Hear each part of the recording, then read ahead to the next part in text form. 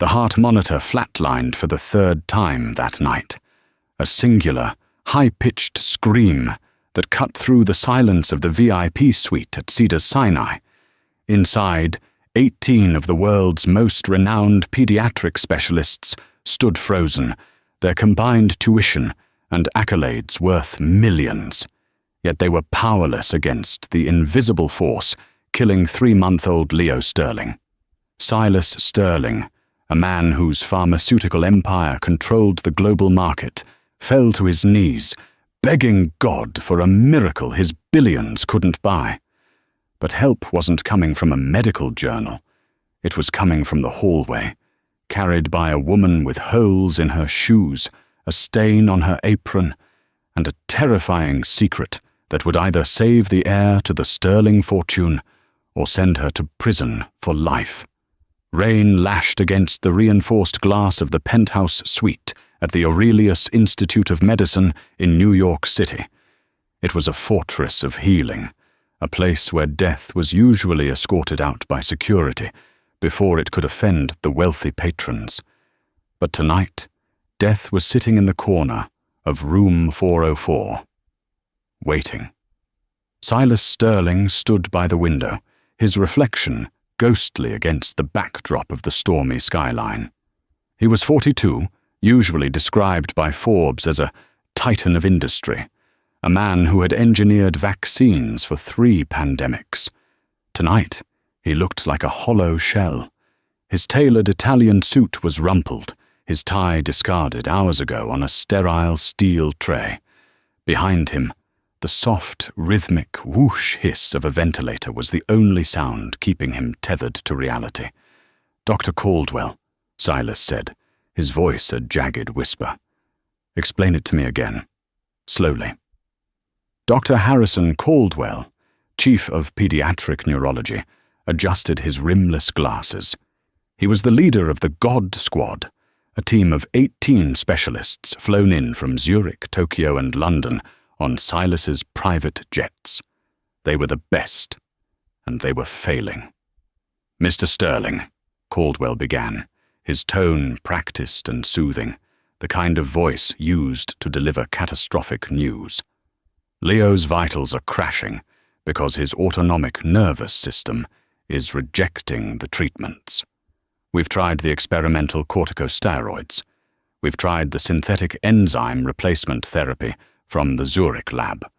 We've even attempted a localized blood filtration using the prototype machine your own company developed." "And?" Silas turned. His eyes were red-rimmed, terrifying in their intensity. "And?" Caldwell hesitated, glancing at his colleagues. Dr. Bennett from immunology and Dr. Dubois from hematology. They looked at the floor. "Leo isn't responding. It's as if his body is fighting to shut down. We are approaching the point of no return." On the bed, tiny Leo Sterling looked like a porcelain doll broken in transit. He was pale, his skin translucent, a web of tubes and wires obscuring his small chest. He was the heir to a $40 billion fortune. Yet he couldn't digest milk, couldn't breathe without a machine, and his blood pressure was erratic, spiking and plummeting with no rhyme or reason. Vivian Sterling was curled in the armchair next to the crib, clutching a small blue teddy bear. She hadn't spoken in 12 hours. She was a former runway model, known for her ice-cold elegance, but grief had melted her down to nothing but raw nerve endings. 18 of you," Silas growled, stepping away from the window. 18. The combined IQ in this room could power a city. I am paying you $50,000 an hour, collectively, and you're telling me that my son is dying of unknown causes." "It's an autoimmune cascade," Dr. Bennett interjected defensively. "Extremely rare. 1 in a billion. His white blood cells are attacking his organs. We need to increase the immunosuppressants, but his heart is too weak to handle the load." "If you increase the dosage, you stop his heart," Silas snapped, revealing his own medical knowledge. "If you don't, his liver fails. Is that the choice?" Silence. The monitor beeped faster. The jagged line of Leo's heart rate climbed. 160. 170. He's tachycardic again, a nurse shouted, rushing to the bedside. Push 2 milligrams of adenosine, Caldwell barked. No, Silas lunged forward. You gave him that an hour ago. It almost killed him. We have to reset the rhythm, Mr. Sterling. Step back. The room erupted into controlled chaos. The best minds in medicine swarmed the tiny crib, shouting orders, checking readouts, adjusting flows. Silas was pushed back by a security guard, forced to watch the chaotic ballet of desperate medicine. They were treating the symptoms. They were chasing the ghost of a disease they couldn't name. Silas looked at his son's face, twisted in silent agony behind the intubation tube. A dark thought entered Silas's mind, cold and absolute. They are going to kill him. They are guessing, and their guesses are lethal. He needed a miracle. But the god of science had abandoned room 404. 6 floors down and across the street, in a world entirely separate from the sterile luxury of the Aurelius Institute, Sarah Jenkins wiped a greasy rag across the counter of Sal's 24-hour diner. Sarah was 26, though the dark circles under her green eyes made her look older. She had frantic, frizzy brown hair, tied back in a messy bun, and hands that were red and chapped from scrubbing dishes. She wore a name tag that hung crookedly on her polyester uniform. It read, Sarah, service with a smile. She wasn't smiling. Order up, Sarah. Move it, Sal bellowed from the kitchen. Sal was a good man, but he ran the diner like a boot camp. Coming, Sal, Sarah called back, her voice raspy. She grabbed the plate of meatloaf and mashed potatoes. She walked it over to table 4, where 2 exhausted-looking residents in blue scrubs were sitting. They were from the institute across the street. Sarah's chest tightened every time she saw the logo on their scrubs, the golden rod of Asclepius wrapped around a shield. It was a reminder of the life she had lost, the life that had been stolen from her. She set the plates down. Coffee refills? She asked softly. Please. One of the residents sighed, rubbing his temples. I've been up for 30 hours. The VIP wing is a war zone tonight. Sarah paused, the coffee pot hovering. She knew she shouldn't ask. She needed this job. She was invisible here. Just a waitress. Just a high school dropout, as far as they knew. VIP wing? She asked, keeping her tone casual. Big shot in trouble? The resident, a young man named Greg, snorted. The biggest? Silas Sterling's kid. It's a circus up there. The kid is crashing and nobody knows why. They've got Caldwell and Bennett arguing over enzyme levels while the baby turns blue. Sarah's hand trembled slightly. Coffee splashed onto the saucer. Sorry, she murmured, wiping it up quickly. Why? Why don't they know? It's bizarre, the second resident, a woman named Lisa, said, lowering her voice. The kid presents with MSUD, maple syrup urine disease. Symptoms, you know? Sweet-smelling breath, lethargy. But the genetic markers are negative, so they're pumping him with corticosteroids for autoimmune issues. But every time they do, his pH levels tank. It's like his blood is turning to acid. Sarah froze. The world around her, the clatter of silverware, the smell of frying bacon, the hum of the refrigerator, faded into a dull roar. Sweet breath, negative genetic markers, acidosis triggered by steroids. A memory flashed in her mind. Not from a textbook, but from a shack in the Appalachian foothills 4 years ago. The smell of wood smoke and a baby crying in a crib made of pine. Did they check for heavy metal mimicking? Sarah whispered. She hadn't meant to say it out loud. Greg looked up at her, frowning. What? Sarah blinked, snapping back to reality. She gripped the coffee pot tighter. Nothing. Just sounded scary. Greg laughed dismissively. Yeah, well, It's about to be a tragedy. Caldwell is talking about putting the kid on ECMO, heart-lung bypass. If they do that with his current acidosis, he's gone. But hey, not our problem, right? We just handle the ER drunks. They went back to eating their meatloaf. Sarah walked back to the counter, her heart hammering against her ribs like a trapped bird. She set the coffee pot down. Her hands were shaking violently now. She knew. She didn't know how she knew for sure, but the pattern was there. The pattern she had seen once before. The pattern that had killed her little brother, Toby. She looked out the window at the towering glass facade of the Aurelius Institute. Rain blurred the lights. Somewhere on that top floor, a baby was dying because 18 of the world's smartest doctors were looking for a horse when they should have been looking for a zebra. "Don't do it, Sarah," a voice in her head warned. "You're a waitress. You're nobody. You have a criminal record. If you go over there, if you try to intervene, they'll arrest you. You'll lose this job. You'll lose your apartment." She thought of Toby. She thought of how his small hand had felt in hers when he took his last breath, the doctors in her hometown dismissing her mother's concerns because they were poor hillbillies. Sarah untied her apron. "Sal!" she shouted towards the kitchen. "What now?" "I'm taking my break. You just got here 2 hours ago. I have to go. It's an emergency." Without waiting for an answer, Sarah threw the stained apron onto the counter. She grabbed her worn coat and pushed through the diner doors into the pouring rain. She ran across the street, splashing through puddles, dodging taxis.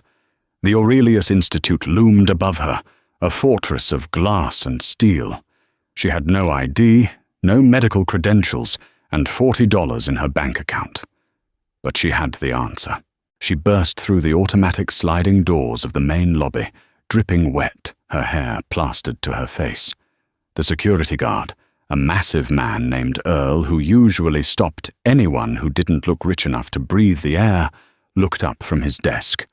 "Whoa, miss. Deliveries are in the back." Sarah marched up to the desk. She slammed her hand down on the marble surface. "I need to speak to Silas Sterling," she said, her voice shaking but loud. Earl blinked, then laughed. "Right. And I need a date with Beyoncé. Get out of here, kid. We don't have a soup kitchen." "Listen to me," Sarah screamed, causing the few people in the lobby to turn and stare. "His baby isn't dying of an autoimmune disease. It's the crib. Tell him it's the crib." Earl's face hardened. He stood up, reaching for his radio. "Okay, that's enough. You're disturbing the patients. Code Grey in the lobby. I've got a 5150 acting out." "No." Sarah tried to push past him towards the elevators. "You're killing him. The steroids are accelerating the reaction. You have to stop the drip." 2 more guards appeared from the side corridor. They grabbed Sarah by the arms. She fought, kicking and screaming, desperate to be heard. "Tell Dr. Caldwell to check the anion gap," she shrieked as they dragged her towards the exit. "Check the antique finish. Please, just check the toxicity." "Get her out," Earl grunted, shoving the doors open. They threw her out onto the wet pavement. Sarah landed hard on her hands and knees, the concrete scraping her palms raw. The doors slid shut, sealing the warmth and the light inside. She knelt there in the rain, gasping for breath, the water soaking through her thin uniform. She had failed, just like she had failed Toby. But then, the doors slid open again. Sarah looked up, expecting the guards to threaten her further. Instead, a tall, impeccably dressed woman stood there. She held an umbrella, but she wasn't using it. She was staring down at Sarah with a look of intense, predatory curiosity. It was Dr. Eleanor Vance. No, not Vance. Dr. Eleanor Graves, the director of the Institute. She had been walking through the lobby when the commotion happened. "What did you say about the anion gap?" Dr. Graves asked, her voice cutting through the sound of the rain. Sarah scrambled to her feet, wiping mud from her cheek. The gap. If it's high, and the genetic markers for MSUD are negative, it's not metabolic. It's environmental poisoning mimics. Specifically, heavy metals that bind to the same receptors. Dr. Graves narrowed her eyes. You're a waitress. I was a med student, Sarah said, the rain mingling with the tears on her face. Johns Hopkins. Before everything happened. Please, just let me see the chart. If I'm wrong, arrest me. But if I'm right, that baby has about 20 minutes before his kidneys shut down permanently. Dr. Graves stared at her for a long, agonizing second. She looked at Sarah's desperate eyes, then at the cheap diner uniform. It was insanity. It was a liability nightmare. Come with me, Graves said, turning on her heel. But if you make a scene, I'll have you thrown in a cell myself. Sarah didn't hesitate. She followed the woman back into the warmth, leaving a trail of muddy footprints on the pristine marble floor, heading straight for the elevator that led to the penthouse. The waitress was going up. The elevator ride to the penthouse was a suffocating 30 seconds of silence. The mirrored walls reflected the absurdity of the pair. Dr. Eleanor Graves, in her structured charcoal suit and pearls, standing next to Sarah, whose cheap polyester uniform was dripping dirty rainwater onto the carpet. Sarah smelled like old fryer grease and wet wool. Dr. Graves smelled of Chanel No. 5 and authority. You have 5 minutes, Dr. Graves said, not looking at Sarah. Her eyes were fixed on the digital numbers climbing the display. If you are wasting my time, or if you cause Mr. Sterling any more distress than he is already in, I will ensure you never work in this city again. Not even scrubbing toilets. I'm not wrong, Sarah said, though her voice trembled. She hugged her thin arms across her chest to stop the shivering. I just need to see the blood gas analysis. The doors chimed and slid open. The scene inside room 404 was a tableau of despair. The lighting was low, focused entirely on the high-tech incubator in the center. The rhythmic whoosh hiss of the ventilator set a grim tempo. Silas Sterling was pacing the far wall, his face buried in his hands. His wife, Vivian, was still catatonic in the chair. Dr. Caldwell and his team of specialists were gathered around a holographic display, arguing in hushed, furious tones. We need to start dialysis, Dr. Bennett was saying. His kidneys are shutting down. Dialysis will drop his pressure too low, Caldwell snapped. We need to stabilize the heart rate first. Another bolus of... Stop! Dr. Graves announced, her voice cutting through the noise like a scalpel. The room froze. 18 heads turned. Silas looked up, hope flickering in his eyes, until he saw Sarah. Dr. Caldwell's lip curled in immediate disgust. Eleanor, what is this? Why is the delivery girl in a sterile suite? She's not delivery, Graves said, stepping aside to reveal Sarah fully. Sarah felt the weight of 18 judgmental stares. These were men and women who had written the textbooks she had studied until 3:00 a.m. in her dorm room. They were gods, and she was a dropout. She says we've misdiagnosed the patient, Graves said calmly. A beat of stunned silence followed, then a short, incredulous laugh from Caldwell. Misdiagnosed? By whom? The custodial staff? Get her out of here, Eleanor. This is insulting. The boy is dying. That's why he's dying. Sarah stepped forward, the adrenaline overriding her fear. Because you're treating him for a disease he doesn't have. Security, Caldwell barked at the guard by the door. Wait! Silas Sterling's voice was a ragged roar. He crossed the room in 3 strides, placing himself between the doctors and Sarah. He looked at her, really looked at her, ignoring the grease stains and the water dripping from her hair. He saw the desperation in her eyes. It mirrored his own. Let her speak. I don't care who she is. What did you say? Sarah looked up at the billionaire. Mr. Sterling, your son, does his breath smell like maple syrup or sweet almonds? Silas blinked. Yes. The doctor said it was MSUD, maple syrup urine disease. But the genetic markers were negative, right? Sarah pressed, her eyes darting to the monitors. And every time they give him steroids to treat the inflammation, his heart rate spikes and his blood becomes more acidic. Caldwell stepped in, his face red. This is basic metabolic mimicry. We know the markers are negative. That's why we are treating it as an atypical autoimmune presentation. Young woman, you are out of your depth. You are talking about complex immunology. Go back to your diner. It's not autoimmune, Sarah shouted, pointing at the monitor. Look at the anion gap. It's sitting at 28. Normal is under 12. He has severe metabolic acidosis with a respiratory gap. Steroids increase metabolic demand. You're pouring gasoline on a fire. The room went silent. The fact that the waitress knew what an anion gap was seemed to stun them more than the accusation. Dr. Bennett, the immunologist, pushed his glasses up his nose. A high anion gap could be caused by kidney failure, which we know he has. It proves nothing. It proves he's being poisoned, Sarah said, her voice dropping to a whisper. Poisoned? Vivian Sterling spoke for the first time, her voice cracking. She stood up, clutching the blue teddy bear. Who would poison my baby? We haven't left his side. Not on purpose, Sarah said quickly, looking at the mother with compassion. Environmental. Something he's touching. Something he's breathing. Something in this room. Caldwell scoffed, waving a hand at the pristine, multi-million-dollar suite.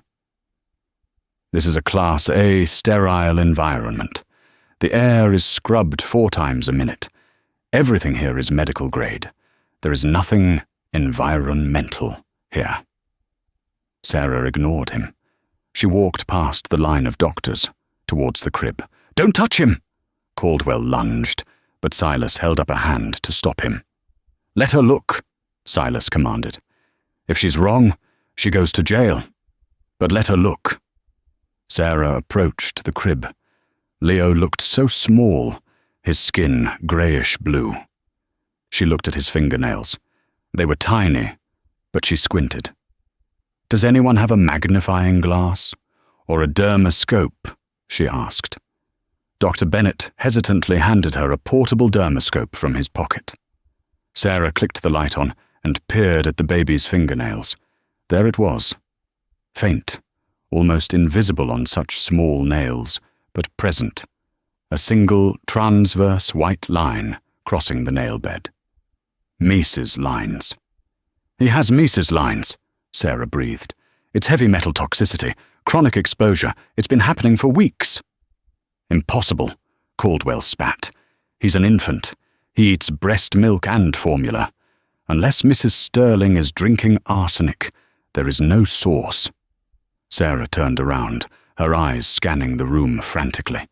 She felt the ghost of her brother Toby in the room. Find it, Sarah. Find the source. Her eyes swept over the medical equipment, the sterile trays, the uncomfortable leather chairs for the parents. Then her gaze landed on the one thing that didn't look like it belonged in a hospital. The crib. It wasn't a standard hospital plastic bassinet. It was a magnificent, dark wood cradle with intricate carvings of lions and vines. It looked ancient and expensive. It looked like something a king would sleep in. That crib, Sarah pointed a shaking finger. Where did it come from? Silas looked confused. That's the Sterling family cradle. It's been in my family for 4 generations. My father slept in it. I slept in it. I wanted Leo to have something of our history. We brought it in from the estate when we were admitted. Sarah felt a cold chill run down her spine. Has it been restored recently? Silas nodded. Yes, about 2 months ago. Just before Leo was born. We had it stripped and refinished by a master carpenter in France to make it look brand new." "Refinished with what?" Sarah asked, her voice hard. I don't know. The finest varnish." "Why?" Sarah walked over to the cradle. She ran her finger along the ornate railing. The wood was smooth, dark, and glossy. She brought her finger to her nose and sniffed. Underneath the smell of hospital antiseptic, there was a faint, sickly sweet garlic odor. "Dr. Caldwell," Sarah said, turning to face the chief of neurology. "You said he has MSUD symptoms. Sweet breath, lethargy, seizures." "Yes," Caldwell said impatiently. "Arsenic poisoning mimics MSUD," Sarah stated flatly. "And in the 19th century, they didn't have safety regulations for furniture stains. And some master carpenters who restore antiques use period-accurate materials to maintain value." "You think the crib is made of arsenic?" Caldwell laughed. "That's ridiculous." "Not the wood," Sarah said. "The varnish, or the paint underneath that they sanded down, or the green pigment in the detailing." She looked at Silas. "Did the baby chew on the rail, or did you wipe it down with warm cloths?" Vivian gasped. I wipe it down every morning with warm water to keep it clean. The steam, the heat." "Heat releases the volatile compounds," Sarah said. "And if he touches it, then puts his hands in his mouth, or just inhales the fumes coming off the varnish in a warm room." "This is a fantasy," Caldwell interrupted, checking his watch. "Mr. Sterling, the boy's heart rate is dropping. We need to intubate and start dialysis immediately. We cannot listen to a waitress rant about antique furniture." "Test him," Sarah pleaded, looking directly at Silas. "Just run a heavy metal toxicity screen, specifically for arsenic and thallium. It takes 20 minutes. "We don't have time," Caldwell yelled. "If we don't act now, he dies." "If you put him on dialysis with arsenic in his blood without a chelating agent, you'll concentrate the toxin in his brain," Sarah screamed back. "You will kill him instantly." Silas looked between the two of them, the distinguished doctor with the degrees and the desperate waitress with the dirty uniform. Logic dictated he listen to the doctor, but his gut was screaming that the woman was right. "Run the test," Silas said. "Mr. Sterling, run the damn test," Silas bellowed, his voice shaking the glass walls. "And get that crib out of here. Now!" The next 30 minutes were the longest of Sarah Jenkins' life. Dr. Caldwell had thrown the test order at a nurse with a look of pure venom, making it clear that when the results came back negative, he would personally oversee Sarah's arrest for practicing medicine without a license. The crib had been wheeled out into the hallway. Sarah sat on a folding chair near the door, shunned by the medical staff. Dr. Graves stood nearby, checking her phone, but her eyes kept flicking to Sarah with a mixture of confusion and calculation. "You really went to Hopkins?" Graves asked quietly. Sarah looked at her hands. 2 years. Until my mum got sick. Then Toby. Then the bills. What happened to Toby? Same thing, Sarah whispered. Only it wasn't a crib. It was the insulation in our trailer. Old stuff. Loaded with toxins. The doctors said it was the flu. Then they said it was meningitis. By the time I figured it out, it was too late. She looked up at Graves. I swore I wouldn't let it happen again. Graves didn't respond, but her posture softened slightly. Inside the room, the alarms were growing more urgent. Leo's heart rate was becoming erratic. The ventricular tachycardia was returning. "He's crashing again!" Dr. Bennett shouted from inside. "Pressure is 60/40. We're losing him." Silas was pressed against the glass, his knuckles white. "Where is that lab result?" Silas screamed. As if on cue, the pneumatic tube system hissed, and a red canister dropped into the receiver at the nurse's station. A young nurse grabbed it, her hands shaking. She popped the lid and pulled out the printout. She scanned the paper. Her eyes went wide. She looked at Dr. Caldwell, then at Sarah, then at the paper again. "Well?" Caldwell barked. "Read it. Tell Mr. Sterling his son is negative so we can get back to work." The nurse swallowed hard. It's not negative, doctor." The room went dead silent. The only sound was the jagged beeping of the monitor.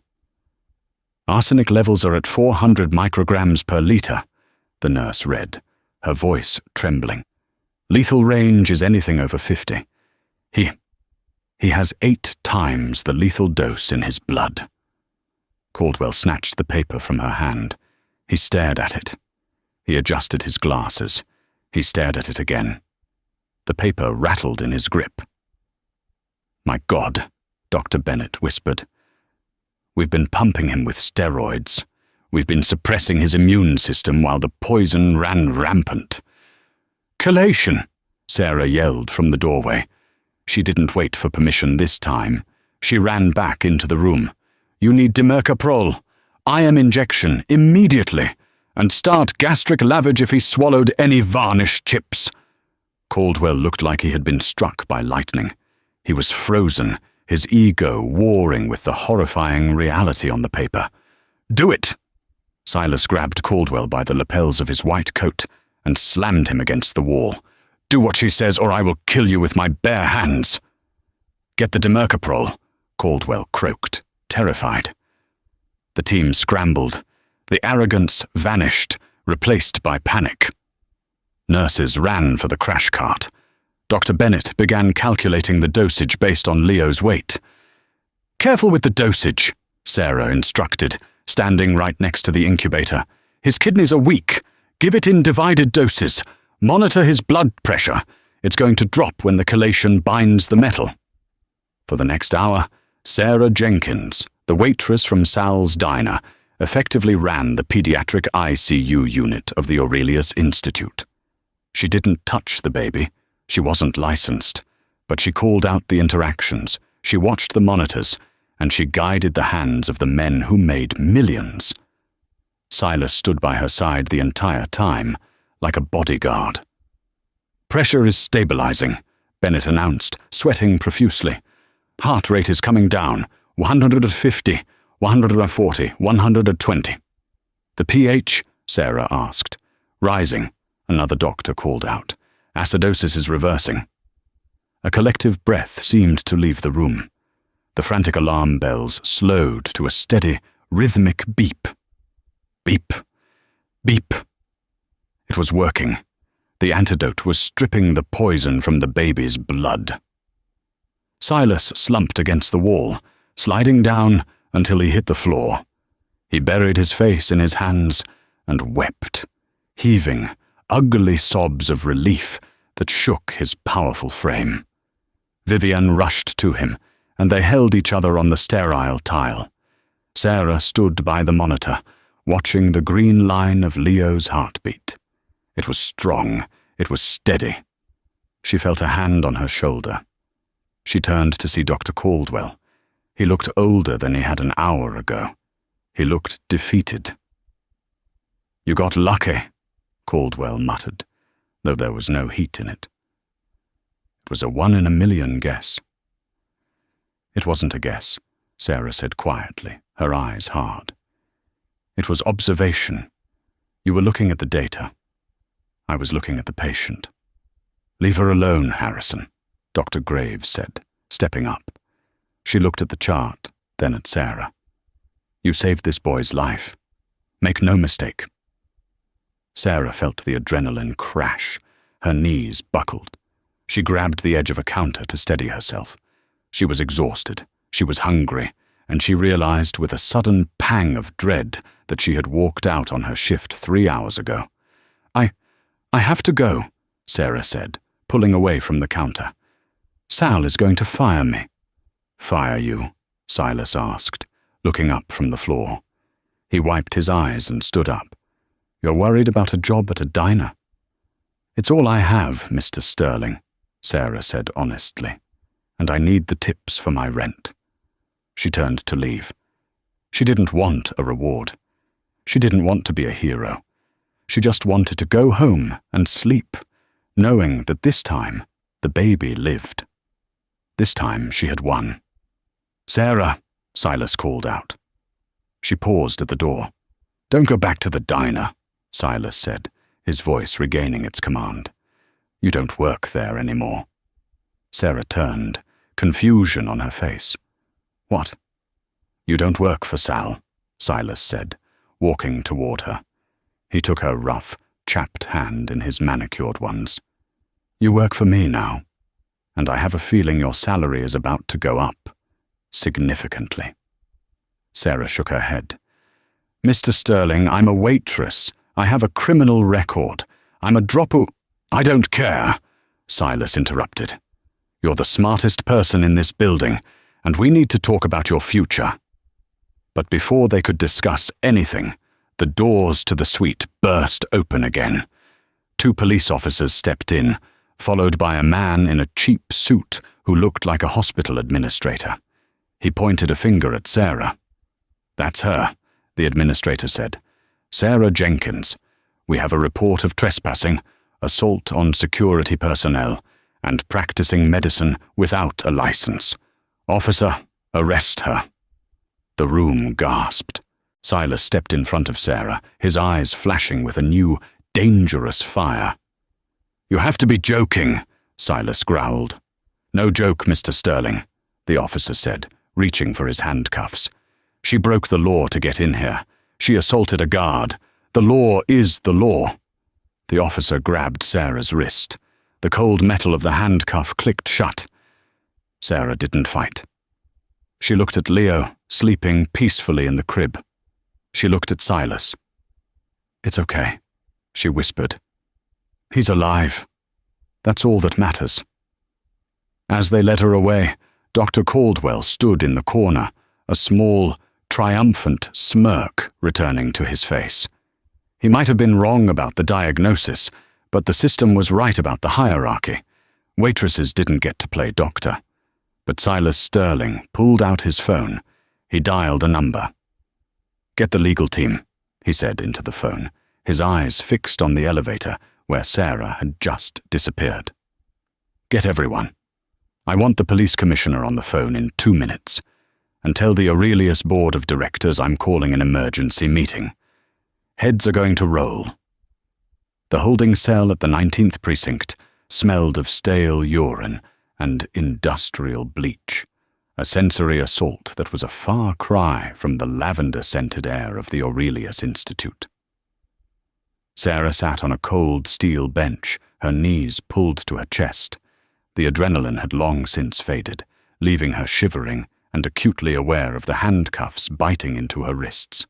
Across from her, a woman arrested for public intoxication was singing a slurred lullaby. It made Sarah think of Leo. She prayed he was still stable. She prayed the chelation therapy hadn't caused a secondary reaction. "Sarah Jenkins," a guard barked, rattling the bars. "Lawyers here." Sarah blinked. I don't have a lawyer. I can't afford one." "You got one now, sweetheart, and he's wearing a suit that costs more than my house. Move it." The guard unlocked the cell and led her down a fluorescent-lit hallway to an interrogation room. Inside, the air was different. It was charged with tension. Sitting on one side of the metal table was a detective she didn't recognize. Standing in the corner, looking smug, was Arthur Pendergast, the hospital administrator who had ordered her arrest. But sitting opposite them was a man who looked like a shark in a pinstripe suit.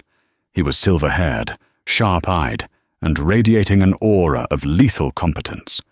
"Sit down, Ms. Jenkins," the shark said. His voice was smooth, like aged whiskey. "I am Preston Gage. Mr. Sterling has retained me to represent you." Sarah slumped into the chair. "Mr. Sterling shouldn't have. I broke the law." "You saved a life," Gage corrected. He turned his gaze to Pendergast. A life that this hospital was actively trying to snuff out through incompetence. Pendergast slammed his hand on the table. "Watch it, Gage.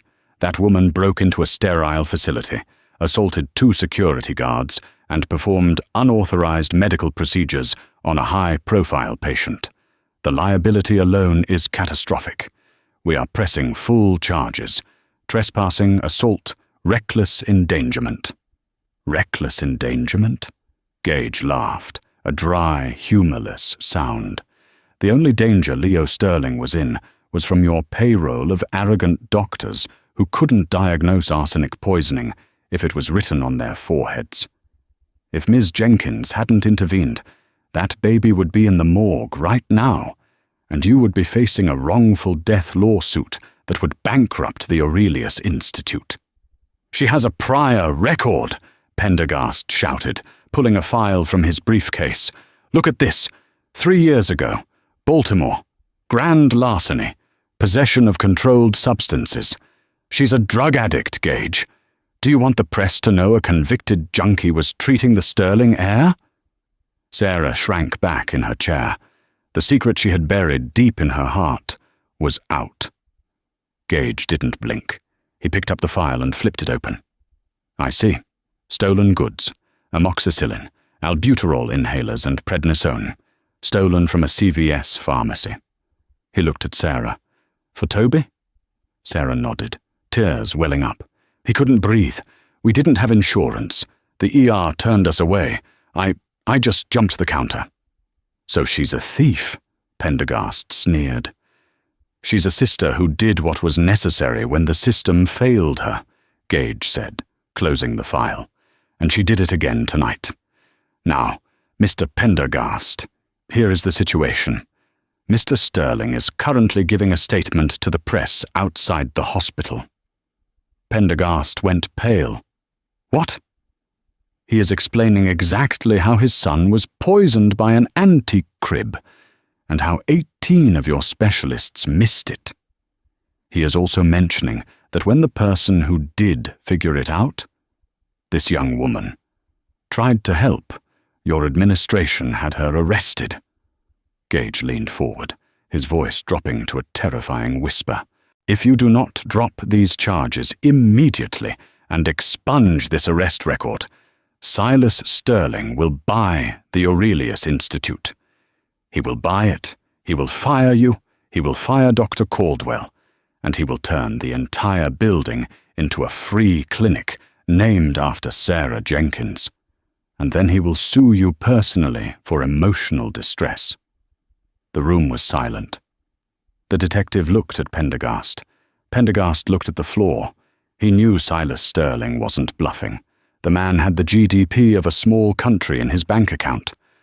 "Fine," Pendergast hissed through gritted teeth. "We drop the charges, but she is banned from the premises. Forever." "We'll see," Gage said, standing up. He motioned to the guard. "Uncuff her."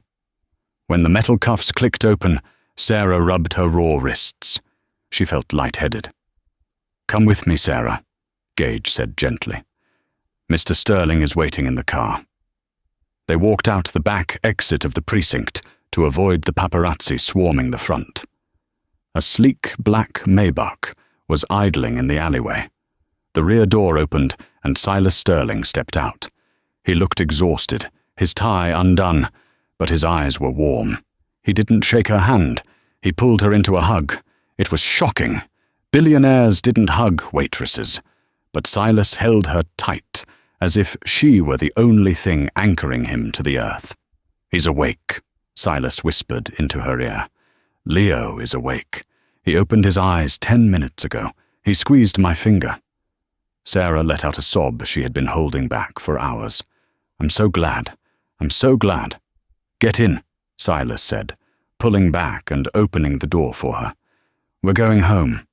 "Home?" Sarah asked, wiping her face. "I need to go to my apartment in Queens. My cat." "Your cat has been collected by my staff," Silas said. "And your apartment has been secured. You aren't going back there. Not tonight. The press knows your name, Sarah. If you go to Queens, they will eat you alive." Sarah looked at the tinted windows of the Maybach, then at the dirty alleyway. She realized her life The quiet, invisible struggle she had known for years was over. She stepped into the car. The Sterling estate in the Hamptons was less a house and more a monument to wealth. It sat on a cliff overlooking the Atlantic Ocean, a sprawling limestone mansion surrounded by 10 acres of manicured gardens. Sarah had been given a guest suite larger than her entire apartment building. She had showered in a marble bathroom with gold fixtures, scrubbing the smell of the diner and the jail cell from her skin.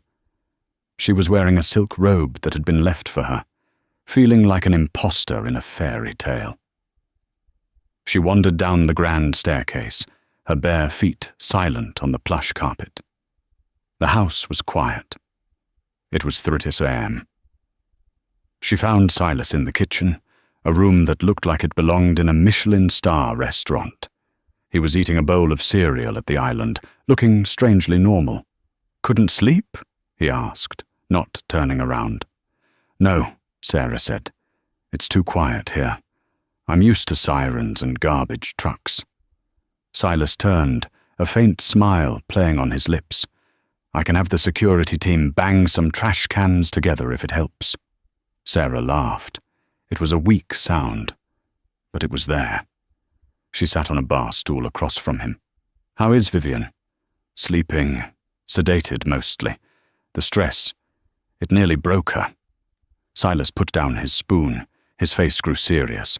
"Sarah, we need to talk about what comes next." "I know," Sarah said, looking down at the marble counter. "I'll look for a new job. Maybe in Jersey. Somewhere they don't know me." "No," Silas said firmly. "I told you. You work for me." He slid a folder across the island. Sarah opened it. It was a contract. "What is this?" "A full scholarship to finish your medical degree at Columbia," Silas explained.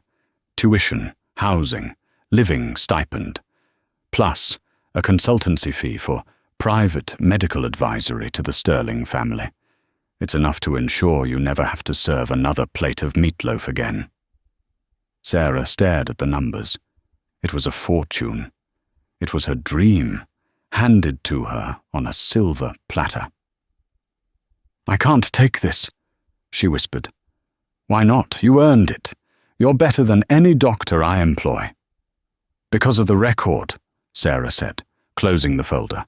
"Pendergast was right. I'm a felon. No medical board will license me. I stole drugs, Silas. I broke into a pharmacy." "To save your brother," Silas said. "And I have lawyers who can seal that record so tight, even the FBI won't find it. We can fix this, Sarah. You have a gift. You saw what 18 experts missed. You have the diagnostic instinct. The world needs doctors like you." Sarah felt a flicker of hope. Maybe it was possible. Maybe she could finish what she started before Toby died. But the peaceful moment was shattered by the buzzing of Silas's phone on the counter. Then Sarah's phone buzzed in her pocket. Then the landline on the wall rang. Silas frowned. He picked up his phone. A notification from a news alert flashed on the screen. His face went grey. "What is it?" Sarah asked, her stomach dropping. Silas didn't answer. He turned on the small TV mounted in the corner of the kitchen. The screen showed a breaking news banner. "Angel of mercy or dangerous criminal." A reporter was standing outside the Aurelius Institute. "Sources close to the investigation have leaked the identity of the woman who treated the Sterling baby. Sarah Jenkins, a waitress with a history of drug theft and larceny, allegedly broke into the ICU. While the baby survived, leading medical experts are calling it dumb luck and warning that Jenkins' interference nearly killed the child." The screen cut to a pre-recorded interview with Dr. Harrison Caldwell. He looked grave, concerned, and completely trustworthy. "It's a tragedy that we have to discuss this," Caldwell told the camera, his voice dripping with fake sympathy. "But the public needs to know. Ms. Jenkins didn't diagnose the baby. We were already running the toxicology screens when she burst in. She caused a scene that delayed critical care. She is a disturbed individual with a criminal background who got lucky that our treatment protocols were already working. She is not a hero. She is a danger to society. Sarah felt the blood drain from her face. He's lying! He's lying! He's protecting his reputation, Silas said, his voice cold as ice. He knows if he admits a waitress outsmarted him, his career is over. So he's destroying you instead. They're saying I delayed care, Sarah stammered, watching the news ticker. They're saying I'm a drug addict. We will fight this, Silas said, reaching for his phone. I'll issue a statement. It won't matter, Sarah cried, standing up. Look at the comments. Look at social media. She held up her phone. Twitter was already trending with "You're a crazy waitress" and "You're no arrest, Sarah." The narrative had shifted. She wasn't the savior anymore. She was the unhinged woman who endangered a baby. I have to go, Sarah said, panic seizing her chest. I can't be here. If I stay here, they'll say you're harboring a criminal. It will hurt the company. It will hurt Leo. Sarah, stop! Silas came around the counter, but she backed away. You can't fix this with money, Silas. This is my life. I'm trash to them. I've always been trash. She turned and ran. She ran out of the kitchen, through the grand foyer, and out the heavy oak front doors into the cool night air. Sarah! Silas yelled, chasing after her. She ran toward the driveway, not knowing where she was going, just knowing she had to escape the crushing weight of the lie. But as she reached the gate, a pair of headlights blinded her. A black SUV screeched to a halt, blocking her path. Sarah froze, shielding her eyes. Was it the paparazzi? The police? The window rolled down. It wasn't a reporter. It was Dr. Eleanor Graves, the woman who had let her into the elevator. Get in, Graves said, her voice urgent. What? Sarah panted. I said get in, unless you want to deal with the 3 news vans coming up the hill right now. Sarah looked back at the house, where Silas was jogging toward her. Then she looked at the road. She made a split-second decision. She opened the door and jumped into the passenger seat of Graves's car. Go, Sarah said. Graves floored it, peeling out of the driveway just as Silas reached the gate. He watched them disappear into the darkness, his fists clenched in fury. Inside the car, the silence was thick. Why are you helping me? Sarah asked, her breathing ragged. You're one of them. You work for Caldwell. I work for the truth, Graves said, her eyes on the winding road. And Harrison Caldwell is a liar. But that's not why I'm here. Then why? Graves glanced at Sarah, her expression grim. Because I went back and looked at the toxicology report again. The one you ordered. And I found something else, Graves said softly. The arsenic levels were lethal, yes. But the ratio of isomers was wrong for antique varnish. Sarah frowned, her medical brain kicking in despite the panic. Wrong. What do you mean? I mean, Graves said, tightening her grip on the steering wheel, that the arsenic in Leo's blood didn't come from a crib, Sarah. It was pure, synthetic, the kind used in laboratory research. Sarah felt a chill that had nothing to do with the night air. You're saying... I'm saying the crib was a decoy, Graves whispered. Someone didn't just neglect that baby. Someone was poisoning him on purpose. And whoever it is, they just realized that you are the only person smart enough to figure it out. Dr. Eleanor Graves's car tore down the Long Island Expressway, the wipers fighting a losing battle against the storm. Inside, the glow of a tablet illuminated Sarah's horrified face. Synthetic, Graves said, her knuckles white on the steering wheel. The mass spectrometry confirms it. The arsenic in Leo's blood is pure. It didn't come from wood varnish, Sarah. It came from a lab. Sarah swiped through the pharmacy logs Graves had pulled. Her breath hitched. The God Squad had unrestricted access, but only one person had signed out arsenic trioxide 3 weeks ago for a research study. Dr. Marcus Bennett, the quiet immunologist, the one who had insisted on mixing the corticosteroid IVs personally. He's on the night rotation, Sarah whispered, a cold dread washing over her. He's alone with the baby right now. Call Silas, Graves commanded, flooring the accelerator. Sarah dialed frantically, but the line clicked to voicemail. Silas had left his phone behind in his chase. They were cut off, miles away, while a murderer stood over the crib. Inside the VIP suite, the silence was heavy. Dr. Bennett stood over Leo Sterling, a syringe in his hand. He checked the door. The nurse was on break. He didn't hate the child, but the cartel debts in Macau were non-negotiable. A rival pharmaceutical firm needed Silas Sterling broken, and nothing broke a man like the loss of his heir. The antique crib had been a lucky coincidence, a perfect cover for the slow poisoning he had been administering for weeks. But Sarah Jenkins had ruined the timeline. He had to finish it now. Just a little sedative, Bennett whispered, uncapping the needle. The door flew open. Bennett jumped, hiding the syringe behind his back. It was Silas. He was soaked, chest heaving, having driven back to fire the administration. "Dr. Bennett?" Silas asked, stepping into the room. "Where is everyone?" "Checking vitals," Bennett lied smoothly, sweat beading on his forehead. "Leo is stable. I was just about to give him a booster to help him sleep."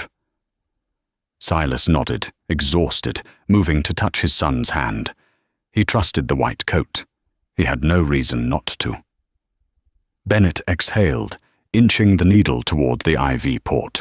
One push, and it would look like cardiac arrest. "Don't touch him!" The scream tore through the suite. Sarah Jenkins sprinted through the doorway, Dr. Graves right behind her. "It's Bennett!" Sarah shrieked, pointing a shaking finger. "The arsenic is in the syringe! He's the poisoner!" Bennett's mask crumbled. Panic took over. He lunged for the IV line, desperate to inject the poison before he was stopped. Sarah didn't hesitate. She launched herself across the room, tackling Bennett. They crashed into the medical cart, sending trays clattering. The syringe flew from Bennett's hand, skittering across the tile. Bennett struck Sarah hard in the face, splitting her lip. "Get off me, you gutter trash!" But then, a shadow fell over him. Silas Sterling grabbed Bennett by the scruff of his neck and hurled him against the glass wall. The impact cracked the pane. Bennett slid to the floor, dazed, looking up into the eyes of a father who wanted blood. "The debts," Bennett whimpered, holding his broken nose. "They made me—" Silas raised a fist, but Dr. Graves stepped in, holding up a red biohazard bag. "Don't, Silas. The police are already in the elevator. We have the logs. We have the syringe. It's over." Sarah sat up, wiping blood from her lip. She looked at the crib.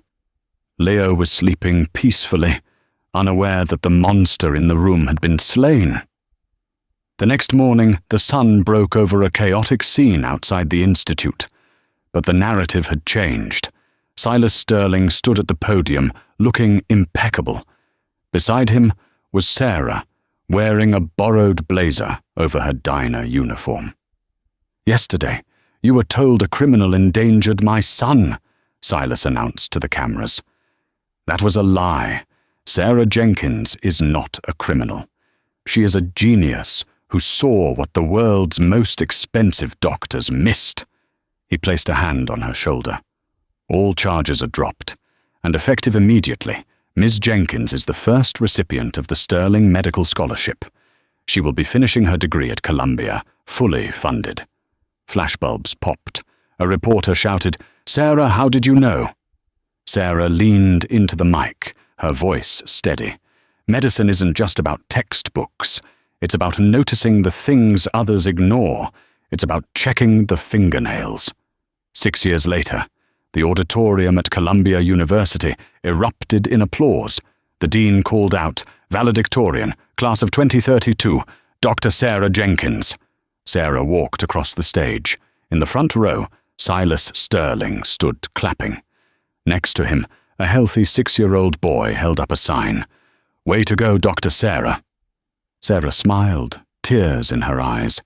The waitress had finally hung up her apron. The doctor was in. What an incredible journey. From a struggling waitress wiping tables at a greasy diner to a top-tier medical diagnostician saving the life of a billionaire's heir. Sarah Jenkins proved that true intelligence isn't just about degrees on a wall. It's about observation, empathy, and the courage to speak up when everyone else stays silent. It's a reminder that heroes can come from the most unlikely places, and that sometimes the experts are the ones who need to be taught a lesson. If you enjoyed this roller coaster of a story, please smash that like button. It really helps the channel grow. Don't forget to subscribe and hit the notification bell so you never miss a new story. And let me know in the comments. Do you think you would have had the guts to break into that hospital room like Sarah did? Thanks for watching, and I'll see you in the next video.